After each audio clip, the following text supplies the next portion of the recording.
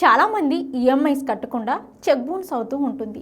Last ఈఎంఐయే కదా, ఏం కాదు కట్టకపోయినా చెక్ బౌన్సే అయింది కదా అని చెప్పేసి ఇలా ఎగ్గొడుతూ ఉంటారు. అసలు మనం ఈఎంఐ కట్టకపోతే ఏం జరుగుతుంది, అసలు చెక్ బౌన్స్ అవుతే ఏమవుతుంది, జైలు శిక్ష పడుతుందా, అసలు ఈఎంఐ కట్టకపోయినా కానీ చెక్ బౌన్స్ అయితే చట్టం ఏం చెబుతుంది అనేది అయితే ఈ వీడియోలో తెలుసుకుందాం. చెక్ బౌన్స్ అయితే తీవ్ర ఆర్థిక చట్టపరమైన పరిణామాలు ఎదురవుతాయి.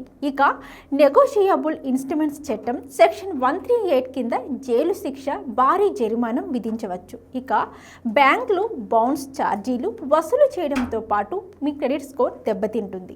ఇక వివిధ కారణాల వల్ల చెక్కులు బౌన్స్ అవుతాయి. చాలామంది దీనిని చిన్న తప్పుగా భావిస్తారు, కానీ దాని పరిణామాలు చాలా తీవ్రంగా ఉంటాయి.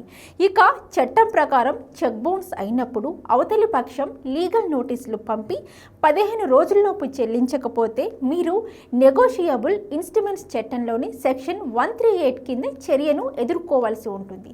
ఇక దీని కింద మీకు 2 సంవత్సరాలు జైలు శిక్ష, ఇక చెక్కు మొత్తానికి రెట్టింపు జరిమానం విధించవచ్చు.